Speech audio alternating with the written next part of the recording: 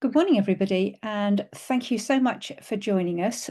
You have joined for the fourth in a series of webinars that the Patients Association is putting on this year, and this one is titled Patient Power, Energising the 10-Year Health Plan Through Patient Partnership. My name is Julie Thallon, and I am Chair of the Board of Trustees for the Patients Association, and it's my absolute pleasure to be hosting this session for you this morning. We've got some great people talking to us who will introduce themselves shortly. In advance of that, though, I'd like to thank our sponsors, Novartis. They're one of a number of sponsors this week that are supporting our webinars, but Novartis is sponsoring us today, and so thank you very much to them for their support. Today is a important day in the NHS calendar, as I'm sure those of you who've joined will know. The 10-year plan is being published today. It's been widely leaked and discussed over recent weeks, and of course we've been waiting for it for a little while. It is being launched this morning, though, shortly. I'm not sure whether it's helpful or not that it's coinciding with this session, but we will refer to it as we go through, and we have high hopes that the patient partnership element of the plan, once it's released, will be consistent with our aims in terms of supporting good quality services for all patients. Thank you so much for joining us this early on a Thursday morning. It's great that there's so many of you here. We've got lots of people booked in, and you will join, I'm sure, as we go along. So if I can just introduce you to our panel members, and then they will talk about themselves a little bit more. So we've got Tutton and Ellie Howe, who are both patients, obviously ordinary members of the public, but with real patient stories to talk to us about today. Very impressive young women who've had some fairly difficult experiences that we're going to talk to them about. And then Alf Collins, who was former NHS England National Clinical Director for Personalised Care. He's also a trustee with the Patients Association, and he'll be joining us as well.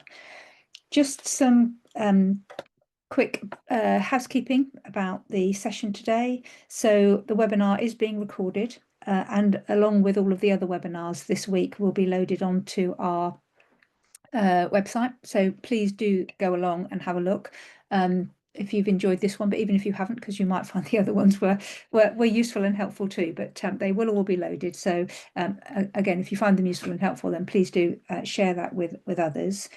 Use the chat to introduce yourselves and to say hello to other people that will be joining.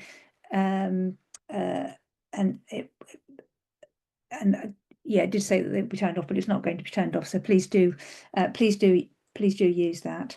If you put your questions in there when we get to the end, we've tried to build in some time for questions and answers, and colleagues behind the scene and myself will be monitoring the questions as they come through, and if we have time, we'll get to as many of them as we can. The closed captions function has been enabled, so for those of you who might want to use that, please take advantage of that facility. Please don't take photographs of the screen or any of the speakers during this session. And please don't disclose anything personal, any personal questions or any details during the webinar, because they will be available for multiple people to see. So it's probably better if you don't do that. So I'm just going to go around our panel members now and ask them to introduce themselves, if that's okay. So Ellie, can I come to you first, please? Yes. Hello, everyone. Good morning. My name is Ellie Howe. Most importantly, I've been a patient for the last 10 years of my life. So I'm 25 now, but I first started my health journey when I was 15. It's been a long journey, which I'm very grateful to be able to share with you today.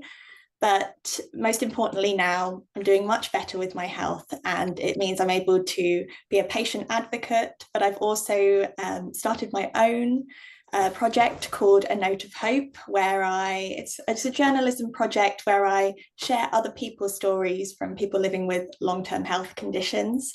And fitting with the theme today, it just gives a space for patients to feel empowered to use their voice. And so I'm very grateful to be here today and to be a patient voice for the Patients Association. Thanks, Ellie.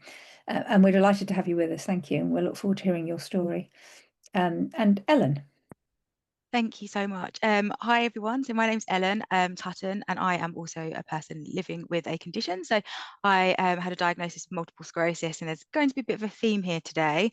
I also diagnosed 10 years ago, just recently. So around this time, 10 years ago. So for me, I have seen a lot of changes.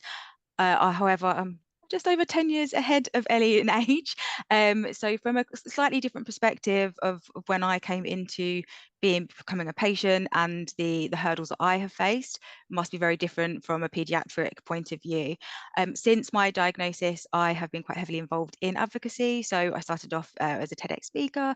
I have become a published author, been involved in several different campaigns, and I also advocate not just for multiple sclerosis, my diagnosis, but women's health through maternity partnerships, alongside other things as well. So absolute pleasure to share the stage, as it were, today with the colleagues on the panel. Thanks, Ellen. That's lovely to have you with us. Thank you. And Alf.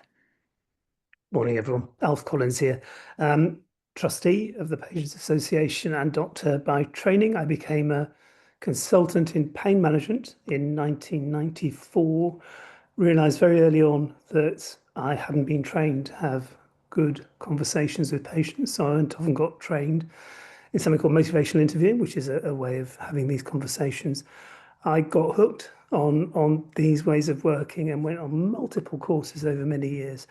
Ended up, while still a consultant in pain management, working in the Health Foundation for 10 years on all of its person-centred care programmes.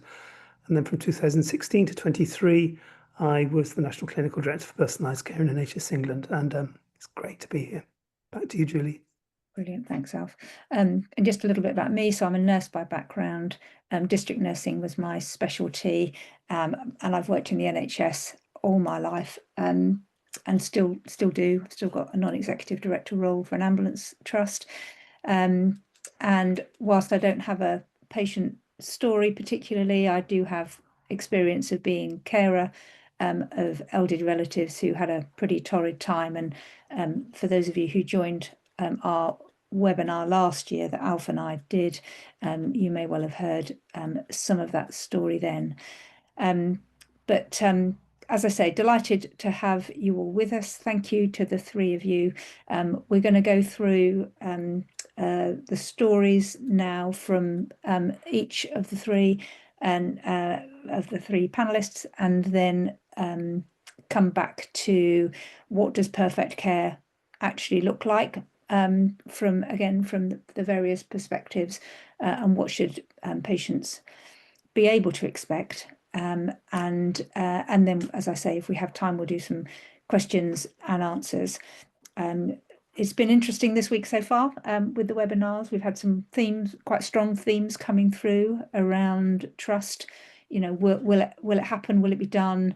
You know, can we have real trust and confidence that the service will do what we need it to, and particularly around what that means for patient experience. And I'm sure all three of our panelists will bring that in as well.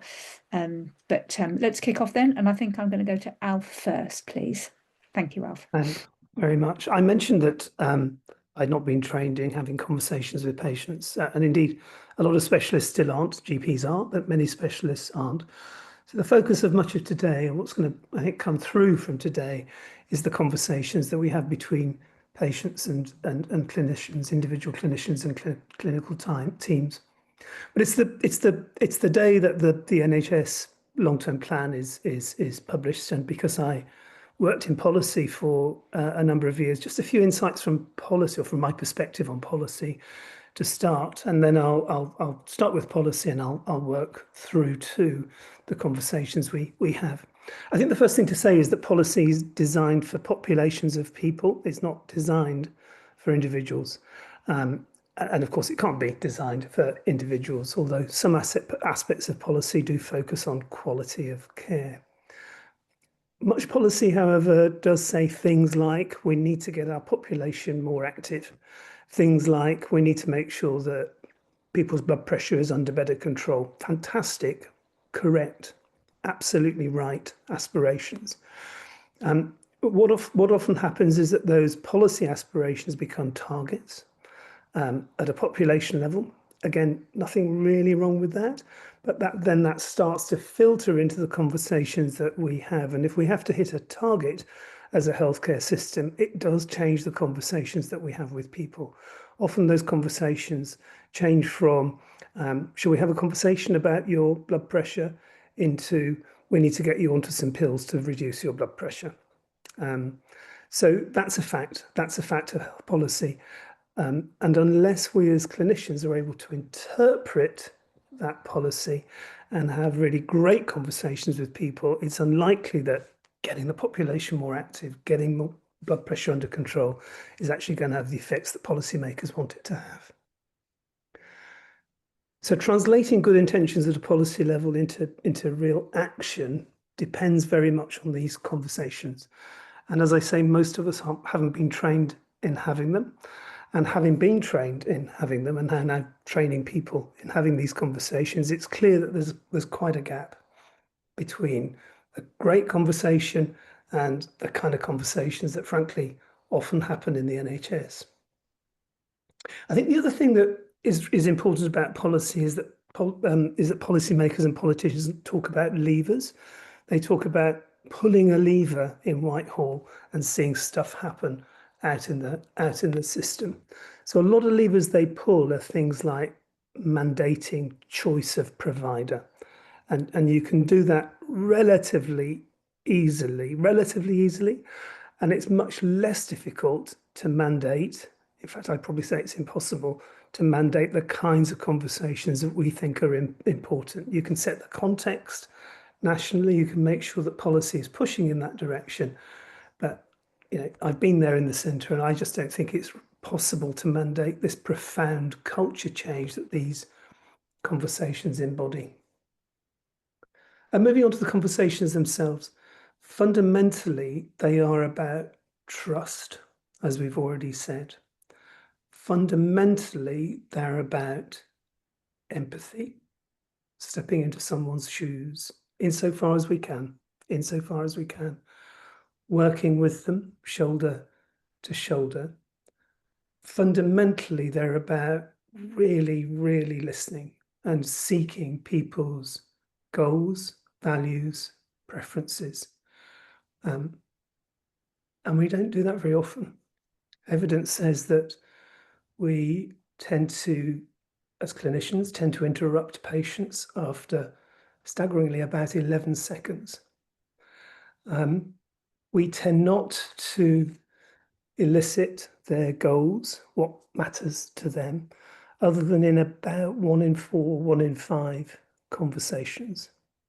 The clinical agenda predominates, partly because that's what we were often trained to do, unless you're a GP, partly because policy tends, as I said at the beginning, to reinforce it, and partly because we've just slipped into these habits. And many of us feel we don't have the time, so we just stick with the clinical agenda. People need to be trained. We need to make sure the system is supportive. I think the last thing I want to say is that, and I know Ellie and Ellen, you'll probably touch on this, is the journey to being empowered, enabled for patients is a fragile one. What I'm hearing from you, and I've heard from you, is you're in that space now, and that's a tribute to you, because the system often gets in the way of that journey rather than enabling it to happen. And we need that to change. And it's listening to people like you and working with people like you that help me change. So I think it's vitally important that we hear your stories. That's me. Julie, over to you. Thanks, Al. Thanks, a really good introduction of where we are on, and sets up the conversation really nicely for Ellen and Ellie. So Ellie, I have you on my running order to go first. So would you like to tell us a little bit more about your story, please? Yes, I must admit, listening to Alf there was very emotional for me. I think especially that concluding statement. I think being in the healthcare system for the last 10 years of my life, I've seen the very best of the NHS, but I don't know if Ellen will agree, but also the very worst at the same time. And I think that it's important to remember that obviously the NHS is very overstretched, and we're all aware of that in the public, but immediately approaching my GP when I was 15 years old. So I was presenting with very strange gastrointestinal symptoms at first. So I had a lot of pain after I ate, and I would feel whenever I ate as if it would get lodged in my chest.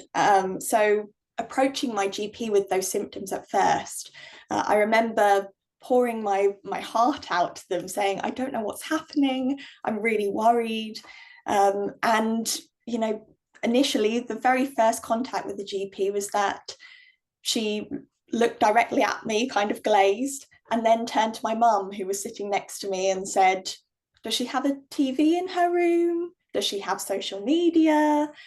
Immediately, I felt dismissed. And unfortunately, that was a theme for the first 2 years of my experience within the healthcare system, so much so that my health kept deteriorating. I had to leave school. I lost all of my friends. Basically, my development kind of stopped at the age of 15. And for a very long time, simply because there were so many barriers to my care. I look back at that time and I think, of course, there would be questions about if it was, an eating disorder or anxiety, but for a long time, I felt very much as if I'd been stereotyped. They looked at me, they saw a young, thin teenage girl, and they thought, right, we've made that decision. And there was no compassion there. I think what Alf said is so important, is that a lot of the time I didn't feel that there was much compassion, and I would leave sobbing in tears. For me, thankfully, like I said, I saw the best and the worst of the NHS. So I did eventually see a consultant who said, this isn't right, and I'm going to refer you on to a specialist hospital. And immediately within a month, I was diagnosed with a very rare gastric condition called gastroparesis, as well as many comorbidities. But unfortunately, by that time, my health had deteriorated so much that I was malnourished, I was emaciated, and I immediately had to be hospitalized and started on a form of IV nutrition called TPN, because I had ended up in something called intestinal failure, which is basically where you can't digest nutrients anymore, and you basically can't sustain yourself orally. And it was then that really my journey changed within the NHS, because I was introduced to a tool called Patients Know Best. And basically they're a single patient health record. They gave me access to my blood tests so I could monitor my nutrition levels from home. So it meant I didn't have to be in hospital all the time. It also gave me a direct line of contact through their messaging system with my primary clinicians, so the people at my specialist hospital. And it really changed my experience as a patient. So I think looking at this 10-year plan and its emphasis on digital inclusion and patient empowerment, at first I was very surprised, because I thought, I've been doing this for 7 years already, as if it was presented as a very new, novel thing. But really, there have been tools out there for years doing this for patients. And obviously, I'm very grateful that the NHS is wanting to catch up to that. But, for me, having that digital access, learning to understand my information, and also kind of bridging the communication between my different healthcare providers. So my GP, again, being able to take my information to my GP and say, look, I'm not just a young girl with an eating disorder. This is what my specialist hospital have been saying. Being able to share that information with my other care providers has really changed me, not just as a patient, but as a person, feeling empowered within the system. So I'm really glad that there's emphasis there on that in the 10-year plan. But I think it's also important to acknowledge that this is not a new or novel thing.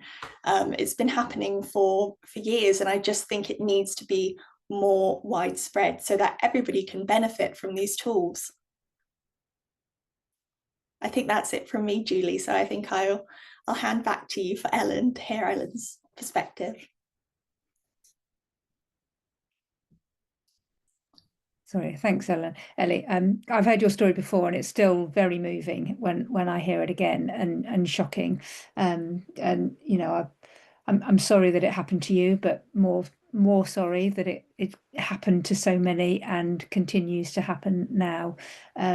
Which is why our work is so important, and why we need to make sure that, you know, the commitments that are being put forward in the 10-year plan, as we'll see later when it's published, that they are actually delivered and that people can trust in an improvement. But let's hear from Ellen, because I suspect you're going to have a corresponding story to tell us, which hopefully will give us even more of a perspective. Thanks, Ellen. Thank you, and thanks for sharing that, Ellie. I think there's a lot of things that you said that resonated with me, and something that I don't often talk about, because I often think about my last 10 years with MS, and I'm often coming into events talking about MS particularly, and my advocacy with that is that when I was actually younger, I was going through a health condition, trying to get a diagnosis for something, and it just made me think, hearing your stories, how influential those first few relationships and those conversations you have with healthcare providers, like how much they can influence decisions you make later on as an adult. And actually, it made me feel quite sad hearing your story, even though it's got a positive outcome of where you've come with advocacy.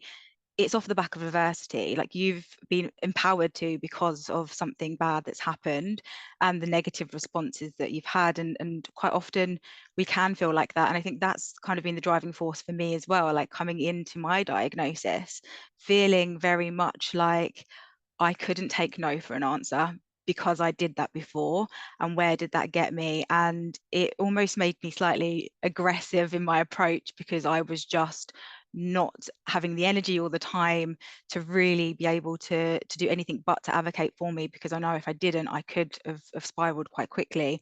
So my diagnosis journey was quick compared to a lot of people living with MS. I think NICE guidelines are something like you're meant to see a neurologist within the first 6 weeks. Yeah, I think on average it's more close to like 20 plus, and depending on where you are.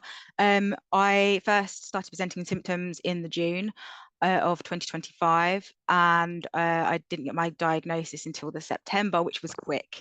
That September appointment was actually going to be my first consultancy appointment. I had just gone private in between. So my journey first started going to the doctors. I had five locum doctors with my first symptoms. 5 different people who aren't there regularly, who don't know me, all trying to do their best to get me into a system, to get me a diagnosis of something, even almost diagnosing me with things that weren't correct, and even looking at my blood work after. But I think it was just they were trying to get me somewhere to get heard and seen quicker. So I do appreciate that, but it was just that lack of continuity that I had there. And that seems to be a running theme throughout my diagnosis, that lack of consistency with healthcare providers. I was in a really fortunate position to be able to go and see a private neurologist.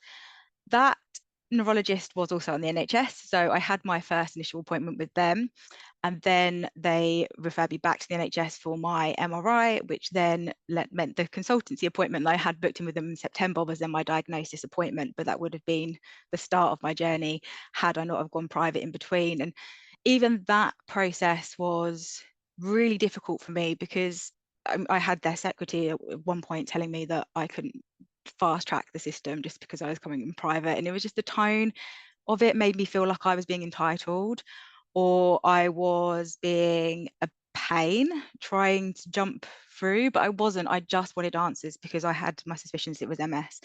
And anyway, so time has evolved, and I'm getting my diagnosis, and it was just a real shock to the system because I had done a lot of research, and I am neurodivergent as well, so I can hyper focus on things and kind of go down that rabbit hole. So I'd already sort of suspected it was MS, what treatments I wanted. So at my diagnosis, having those conversations, I was presented with a shiny box from a pharmaceutical company with a pill that they wanted me to have.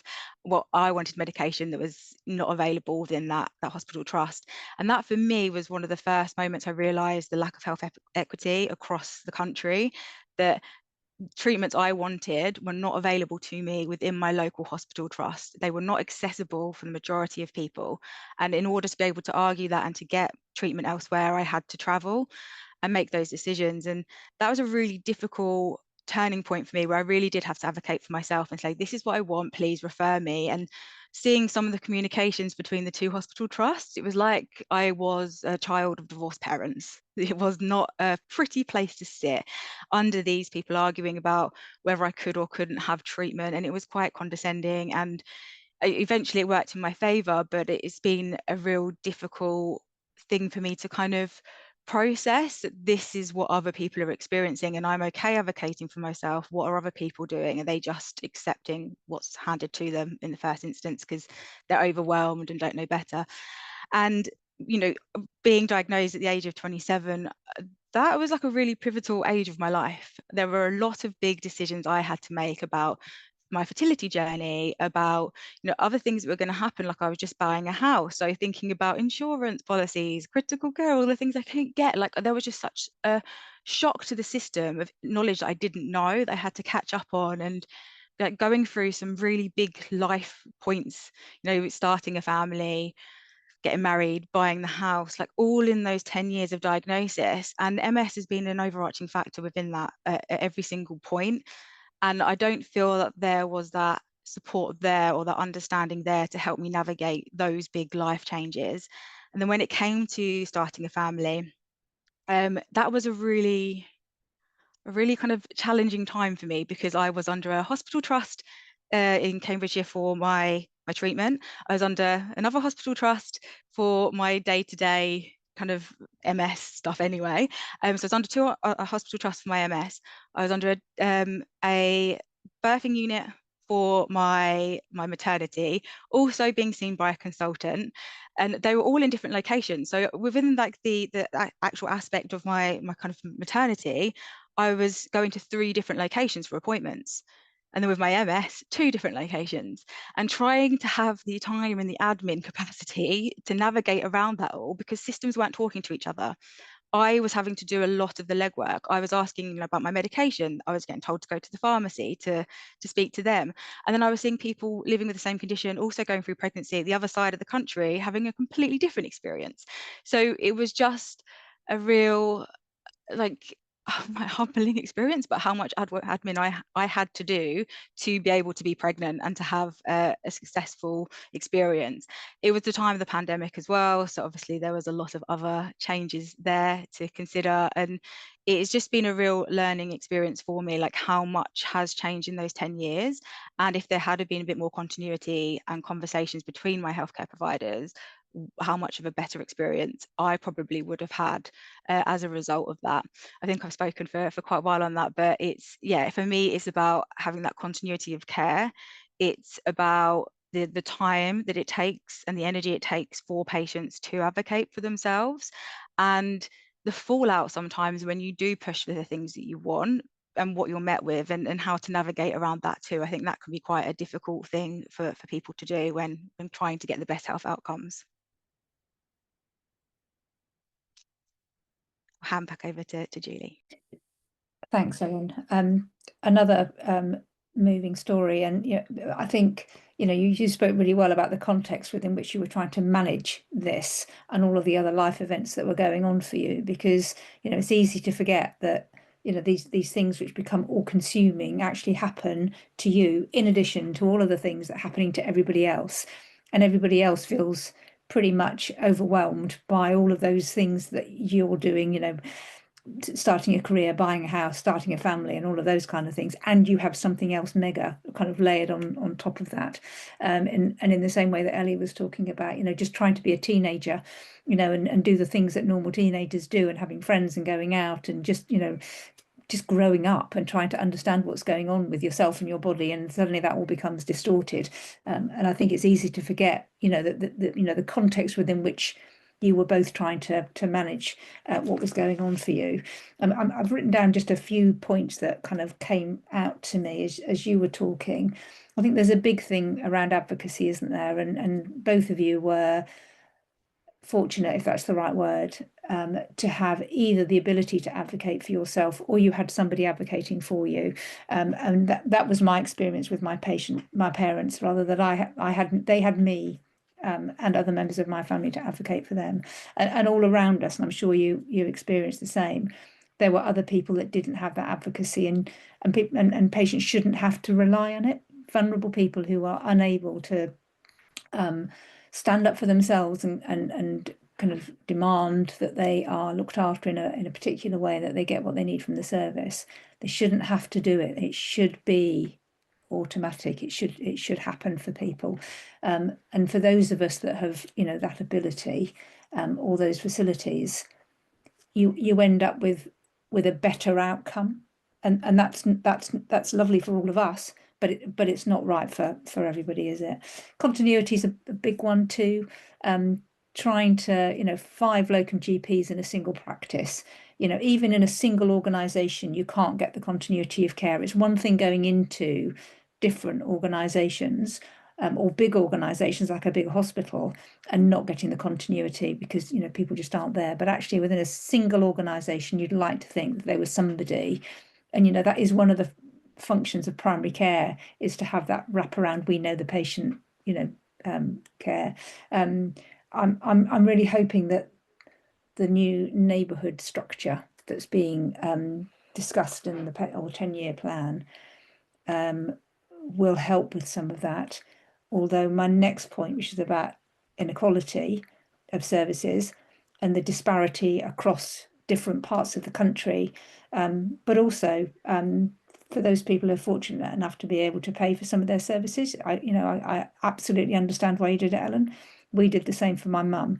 But that inequity, there are some people who can't even afford to pay for their bus fare to the hospital for an outpatient's appointment, you know. So again, that's a real issue. But I'm just wondering whether the neighbourhoods will exacerbate that disparity across the country and across regions, where you'll get access to certain things in certain areas and not in others. You know, and if we've got a truly national health service, then we should expect that national health service to be offering the same to everybody. And then the kind of the difficulty of navigating with different conditions. Again, that's something else you talked about, which is, you know, if you've got MS, it's a real problem if you then become pregnant, because maternity services are not necessarily going to be particularly aligned. And, you know, the specialist system of care that we have, which is appropriate and right in so many ways, actually the disparity then of trying to, you know, get a journey across those services and get some kind of coordination between them is really difficult. So thank you. That's been really interesting, and I can see out the corner of my eye the chat's going quite mad, and I'll need to go back and see if there's any questions for you which I can bring in at the end. But in the meantime, I think that's really good. Can I just bring you on then, having looked at, you know, the very difficult journeys that you've both been on, albeit that, you know, you've come through it at the you know, it's not the end of either of your journeys, I appreciate that, but at the end of what has been a really difficult period for you both. It would be really good for you to be able to reflect back now and just tell us what you think good actually looks like. And if the care and the journey that you'd had been perfect, then what would that look like? Because it would be good to be able to compare that to what it says in the 10-year plan to see if we're going to get anywhere close. So Ellie, we heard from you first, so do you want to tell us your thoughts on what does good look like? Yes, so I think when I reflect on my journey, particularly, I think the care that I received at my specialist hospital was outstanding in comparison to, the rest of the journey I had experienced, very similar to Ellen. I live just outside London. I go to a huge GP practice that has 700 patients. You're not likely to see the same doctor every time. When I went to my specialist hospital within London, although they're still a big national hospital, I never felt that. I always felt like everything was coordinated for me. And I really believe it's because they looked at me not just as a gastric patient with these rare conditions, they looked at me as a person. So, for example, I was not just given TPN to manage my malnutrition, I was also referred on to mental health services to help me cope as a young person living with this. Even though I had been labelled and maybe stereotyped as somebody with an eating disorder or anxiety, or even just as dramatic, no one had ever, within my GP or any other healthcare provider I had seen, they might have thrown that accusation, but nothing was ever followed through with it. And I think that is quite shocking to me now as a person. Saying that, I've also been seeing the little things flash up in the corner from the chat, and noticed a few complementary therapy discussions. They also were very inclusive with that, and I was referred to a charity within my community that offers things like acupuncture or massage, or things to help me as a person, as a patient, to cope with this, not just, like Alf said, provide me with some pills and send me on my way. And I really do believe that is the reason I am as well as I am today. I don't know if I mentioned, but actually I had a life-changing surgery that is mainly the reason I am more well. But I think where I am at this point in my life today comes from them looking at me as a person, not just as a patient. I do also think the digital tools, patients know best. I know I emphasised that a lot in my original, when I was introducing myself, but I really believe that also changed me as a person, and made me, I think, more intelligent. I think, obviously, I think, like you said, there's that access problems and people are privileged. Like I had my mum with me a lot of the time. And then when I was older, I grew that confidence to be an advocate for myself from tools like Patients Know Best, and thinking, okay, it's not just me now, I'm backed up by this information that I have. But for people within my project, the number one thing I hear when I'm doing my interviews for my project, A Note of Hope, is that people, I have people who are in their 30s or 40s, or even the same age as me now, or 20s, not feeling comfortable to go to these consultant appointments or to their GP by themselves. And then they get stigmatized for bringing their mum or a parent, and it's impossible. It feels like it's impossible in this system as a patient to know what the right thing is to do. And I really hope with this plan that, that obviously there's emphasis of putting patients at the very center, but I think we also need to trust patients. So I'm very grateful that my specialist hospital trusted me with my information and trusted me that I knew what was best for myself. And so I think that my kind of concluding thing is good care is trust. And I guess that kind of comes back to the point all throughout the week we've been talking at a patient partnership week, is that none of this works if we don't trust the patient. well, that's it for me. So I'll hand back to you, Julie. Yeah, thanks, Ellie. Ellen, have you got some other words of wisdom about what good looks like? Yeah, no, of course. And I think, that humanistic aspect of it and the empathy and side of things is definitely welcomed as a patient. And I think, we've got a whole new generation of doctors coming through the doors now as well. And Gen Z are very different to your boomers and your Gen X who will be delivering different news and in different ways. So I think there is a change already in terms of that kind of bedside manner side of things. And some of the best conversations I had, just going back to that time when I was pregnant, it was when my midwife said to me, please go and speak to your MS nurse, because they will see far more people who are pregnant than I have seen people who are pregnant with MS. And it was that honesty. It's like, where can I find out information that's relevant for you? It was not them trying to read just from the first textbook or the first Google search they could find. It was about what matters to me. Like, where do I want them to search for information to help me? And it felt like a real partnership, because I didn't mind that they didn't have all the information, but I loved the fact that they were willing to learn and to grow and to have that kind of real understanding of my experiences. And that was a really, really nice moment for me. Like, I didn't get anything extra. My MS didn't suddenly get better. My pregnancy didn't suddenly change, but I felt supported. And that kind of links back into that trust aspect of it. I was actually on a panel for a patient centricity conference last week, and the word trust was thrown around a lot. And I do agree there has to be an aspect of trust within everything we do, but it's understanding what that word means. And I gave an example last week that, my parents have had the same brand of toothpaste all their lives because they trust the brand. But that brand to them, they could change the formula and they probably still trust it because they have that loyalty to it. So trust to them is loyalty. Trust to me is shared opinions and community.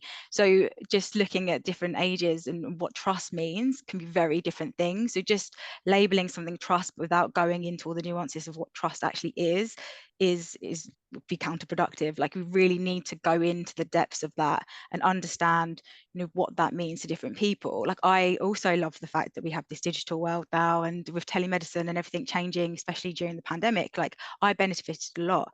But then I'm seeing my parents also getting messages from their doctor surgery saying they have to leave them a video to say who they are so they can access the service. It's like, that's assuming that my parents are IT literate, that they have the kind of the equipment to be able to do that. And it's again just making sure that we're keeping things as accessible as possible. And even with having things like the NHS app, amazing, but I had it in retrospect to my diagnosis, and I looked at it, and if I'd had the app before, I would have found out about 2 or 3 weeks prior to my actual appointment that I had MS. And I wouldn't have had any support around that too. So I do think that being able to use the apps and the digital side of things in a safe way, and really understanding that could have been really damaging for me to have found out through a digital tool that I had this diagnosis without having those healthcare team around me to support me in that moment.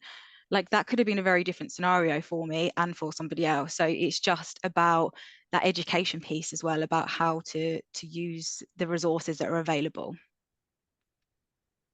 Thanks, Ellen. Alf, did you want to come in? I just want to come in very briefly, if you wouldn't mind. I've just been reflecting and really deeply listening to your stories. Just two things come to mind for me.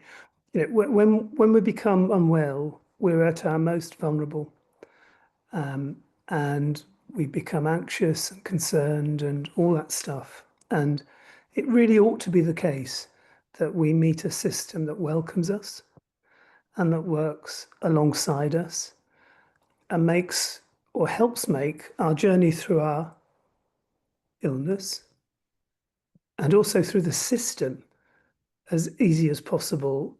What I've heard is that for you, you're both incredibly articulate, incredibly determined, exceptional people. It's been hard for you. What's it like for people who are not quite as determined, not quite as articulate? Many people would give up. I think it is our job to make the NHS much more welcoming and much more of a partner. We're not quite there yet. Julie, thank you.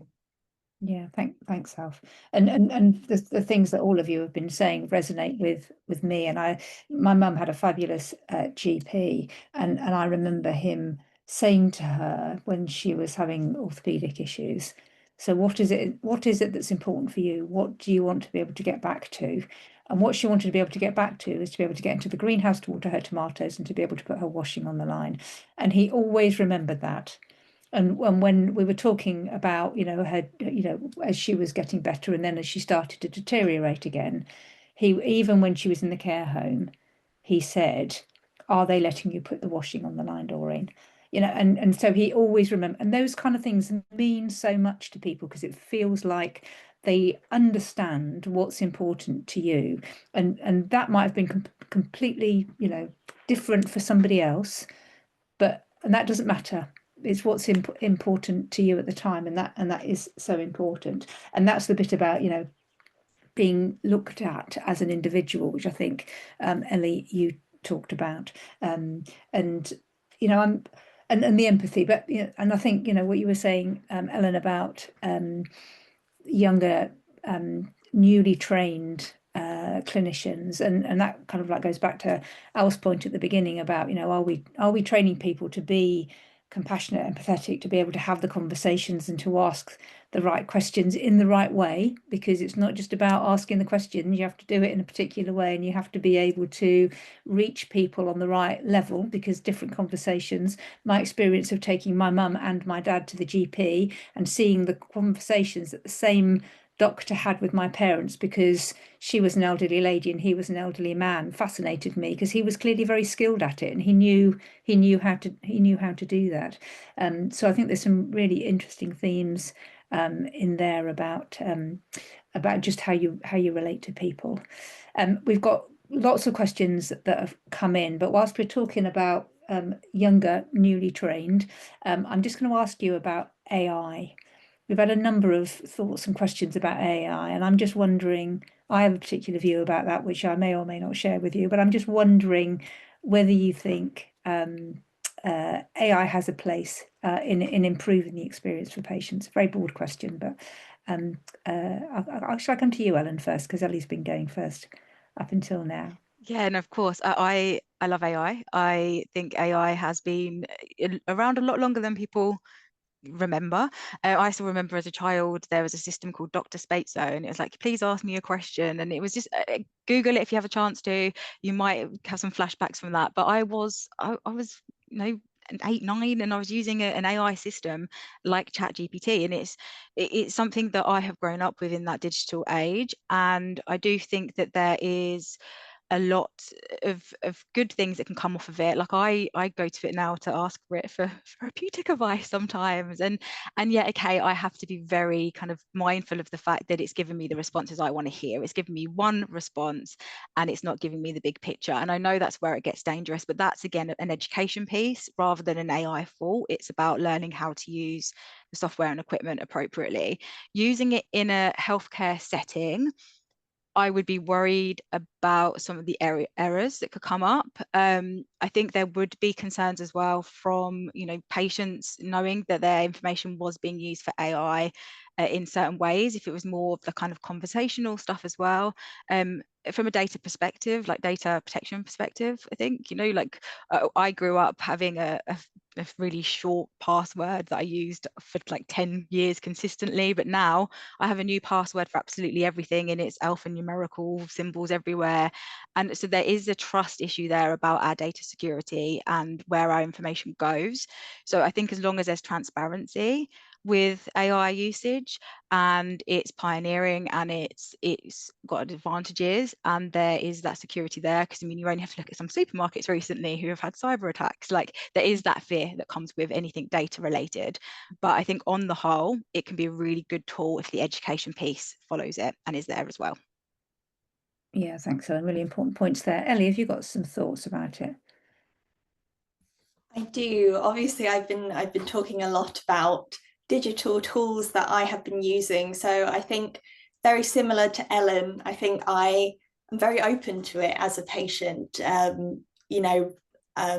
look at, obviously, I completely understood what Ellen was saying about, getting her results through the NHS app and maybe wondering how she would cope with that. But I've had many instances where I've had results come through on my patients know best, particularly infections or maybe some blood levels that I'm not sure about. And it has kind of streamlined my care. So I've been able to, go straight to A&E or without having to wait for that. So I think, like Ellen said, it really depends on the person, how they cope with that. But, without going too much into, I know other patients who use ChatGPT, they might put some of the information they get in PKB, Patients Know Best, into ChatGPT to make sense of that, and it helps them. But like Ellen said again, it's such not a new area, but I think how we're using it now is very new. And I think what we have to be careful of is the inaccuracies, the incorrect information, but also that it doesn't replace human. There's so much.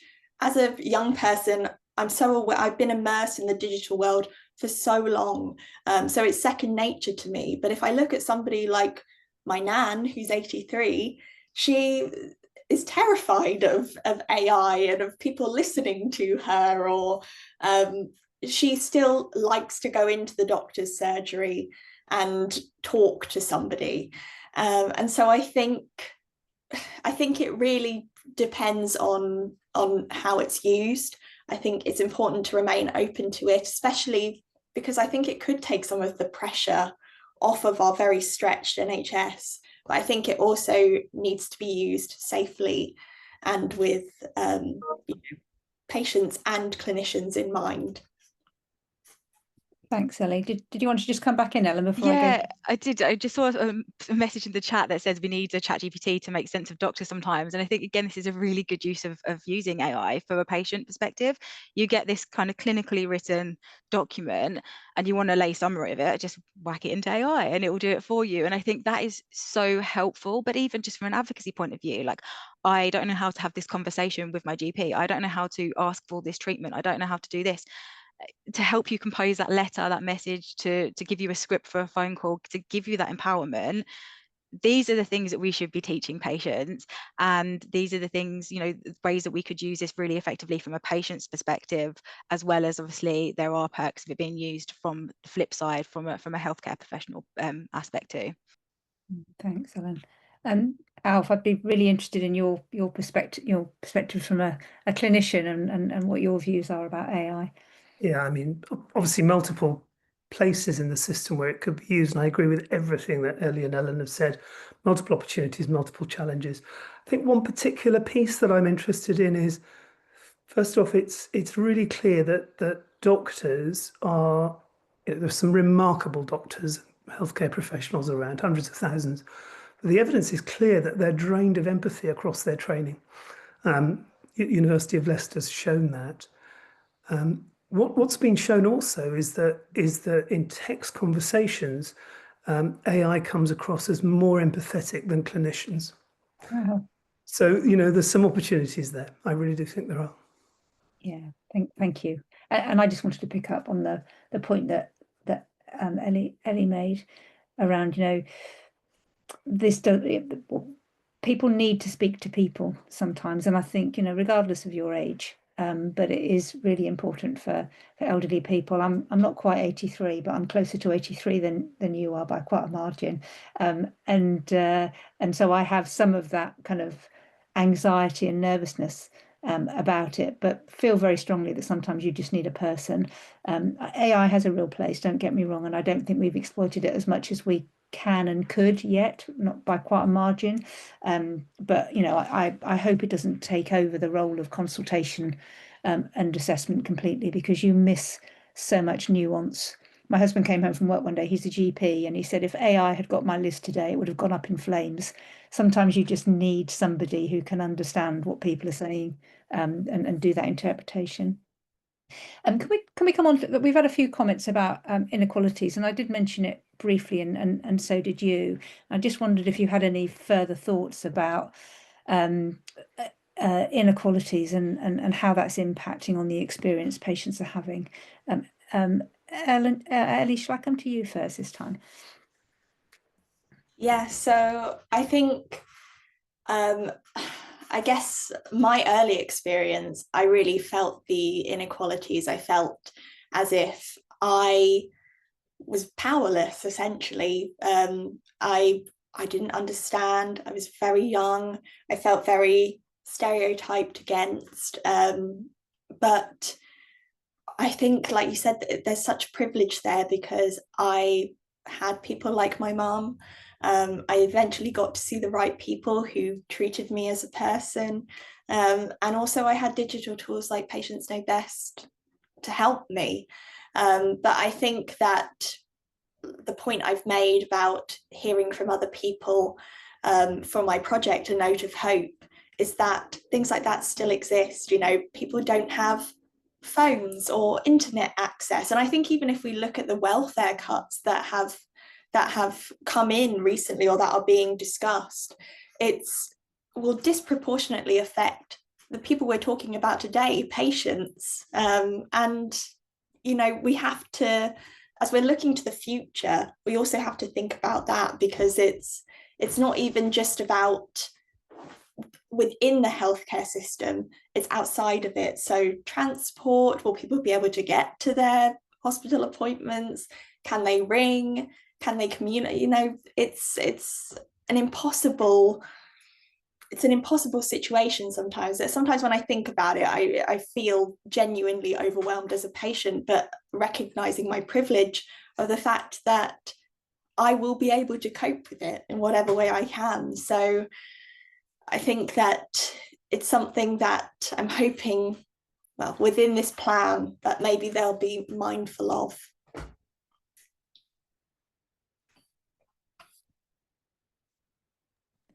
Sorry, we're starting to run out of time, Ellen. I don't know if you've got anything additional you wanted to just add to that. Yeah, I mean, I only stick to the thing about location, but I mean, you just have to look at clinical trials and where they're based. And it's normally from high populated areas like hospitals where they have all the treatment options available anyway. So it's just access in general. It's really difficult. And you know, God forbid if you have other protective characteristics and other like social things going on, like for your demographic, it's going to be incredibly hard to access things.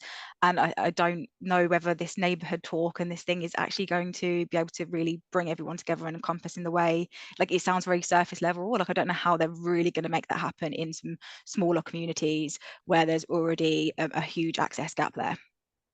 Thank you. Alf, did you have anything particularly to add on that, or we'll go to just very, very briefly, Julie. I've often said, and it's a bit of a challenge, that the NHS is designed by articulate middle class people for articulate middle class people, and then it's adapted for people with lower levels of health literacy. It should be the other way around. We should design it for people with lower levels of health literacy and adapt it for middle class articulate people. Absolutely, well said. We're coming to a close now, so can I just get like a single sentence from the three of you, please? Just a key message that you'd like people to take away from your experience and how this hopefully will be addressed in the 10-year plan. So Ellie. Yeah, so I think for me, what I take away from the conversation, but also from looking at the 10-year plan, is that, you know, I've been using Patients Know Best to access my records, for empowerment, for advocacy. So when people talk about giving patients more control, it's not just policy for me, it's actually been my reality for years. So I'm hoping that this will do it the same for patients nationwide. Thank you, Ellie. Ellen. Oh, it's such a difficult one to summarize in a sentence. I think going back up to that trust piece, it's about that wider understanding of what that means to different people. And I think I would just urge everybody, just as something in life in general, that if you're sitting comfortably with your knowledge, then you probably don't know enough. You're probably not you're putting yourself into those situations where you are kind of looking at other people's perspectives and the challenging issues and barriers that other people can come across. So yeah, just a huge thank you to everybody being here and coming, and I'm sure that you're more knowledgeable than some for being in this position, but just always look to learn and to understand the differences. Thank you. Any last thought from you, Alf? Yeah, actively seek patients' insights and preferences and act on them.